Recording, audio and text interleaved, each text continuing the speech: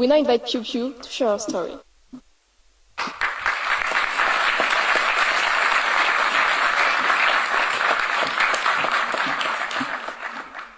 မင်္ဂလာပါ Bonjour à tous.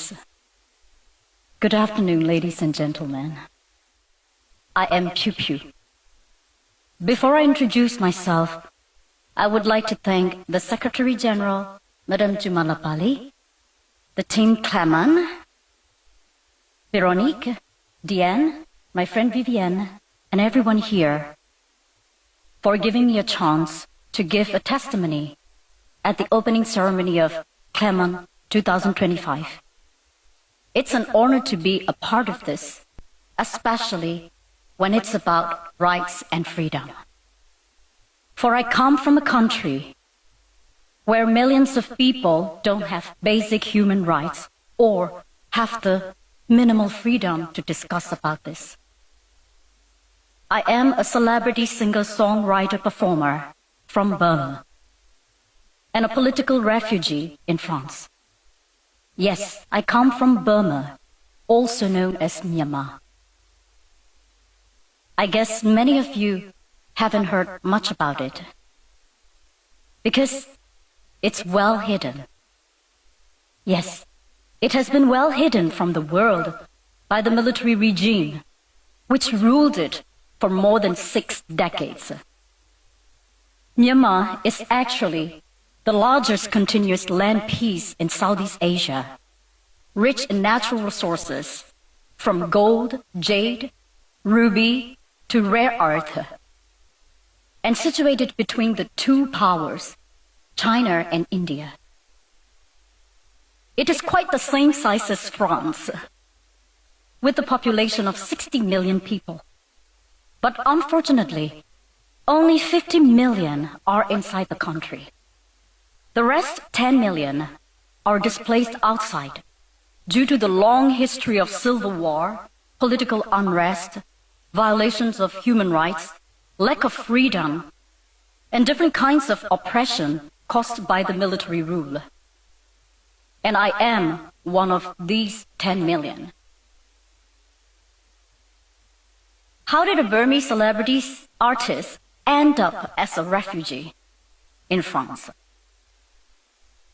At the dawn of the 1st February 2021, the first day of the parliament of our newly elected democratic government, my country has been seized by the comeback military coup, arresting our president, our state councillor Aung San Suu Kyi, and almost all of the parliament.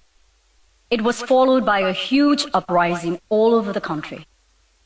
A few weeks later, the hunters started to gun down the peaceful protesters. I published a song called Tears on my social media with the footages of the violent crackdown of the peaceful protest. The song became viral and the hunter put me on the warrant list with the accusation of defaming the state under the Penal Code 505A, in which the accused can be imprisoned for at least 3 years.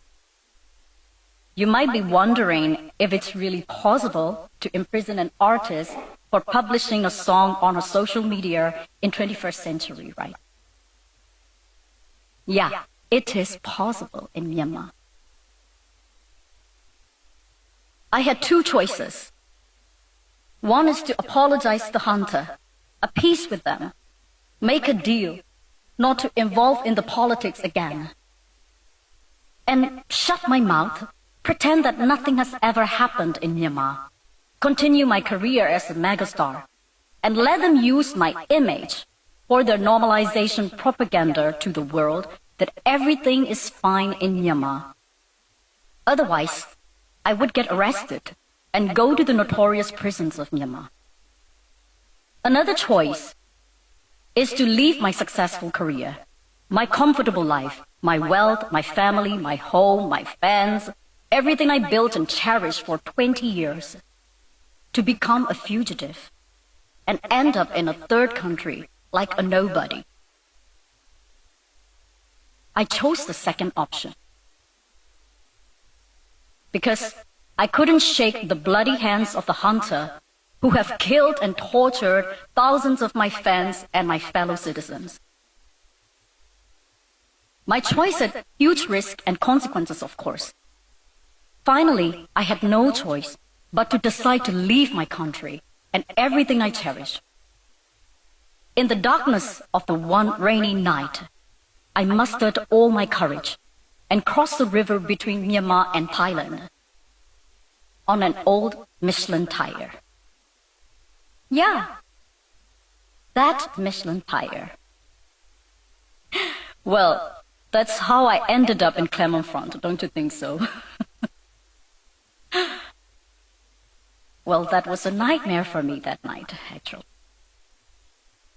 Then I hid in Thailand for a few more months until I received protection from France. But not everyone was that fortunate. Some of my fellow resistant artists got arrested, some imprisoned, and one famous musician got killed in the frontiers. And one famous hip-hop artist, who is also the member of the parliament, got a capital punishment, and he got executed in prison. That execution was the first in 30 years of our history. And now you might be wondering, what's happening now in Myanmar 4 years after the coup?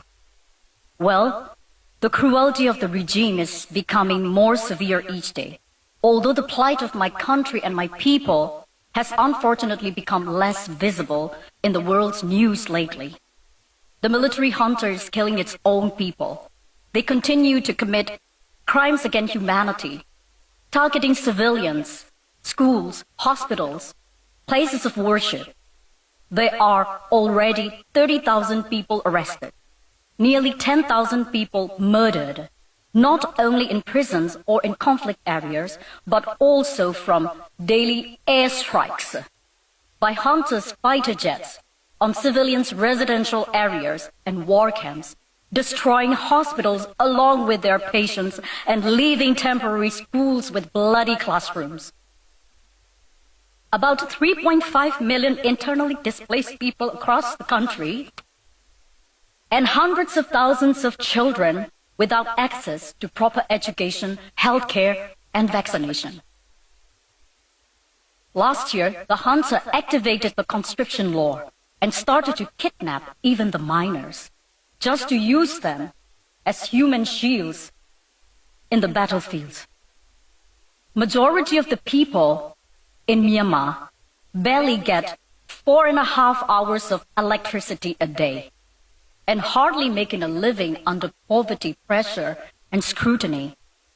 Under the junta's 4 years' reign, Myanmar has become world's #1 in drug dealing, and host of cyber fraud scam centers in Southeast Asia, as you all could see in the news lately. And the junta is preparing an election at the end of this year, which is nothing but a political trap to legitimize the atrocity and the crimes against humanity they committed over the past 4 years. But people of Myanmar have decided to fight back and form People's Defense Army since September 2021. They had to resort to armed revolution, sadly, to regain freedom, justice, and democracy that they truly deserve. People from all walks of life, university students, teachers, lawyers, doctors, engineers, artists, bankers, farmers, etc., join in the resistant army. They have given up their dreams, their futures, their careers, their families. When I see the crowd here today, you remind me of hundreds of thousands of young people, as young as 17 and 18 like you, fighting in the jungles of Myanmar to get back their basic rights. People like us, who are scattered and displaced around the world, also participate in the revolution in different ways, like what I'm doing right now, speaking out about our country and helping the war victims with humanitarian aids.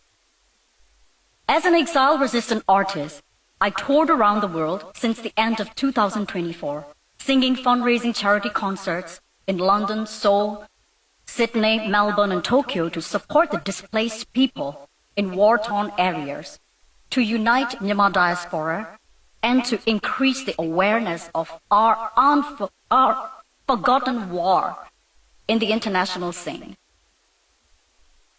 As a result of that, 4 months ago, the hunter revoked my citizenship. Now I'm not only a nobody, I have no nationality and no citizenship anymore. But that's not gonna stop me. I will continue my fight.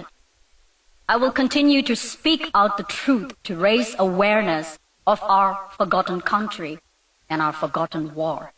I will continue to do whatever I can. This chance of my 10 minutes testimony here means so much to me and to my people of Myanmar. Your presence, especially that of young people here, encourages us, and your attention ensures us that we are seen, we are heard, we are recognized, and that we are not forgotten. And I hope one day the peace and justice would return to my country. Thank you very much. Have a wonderful day.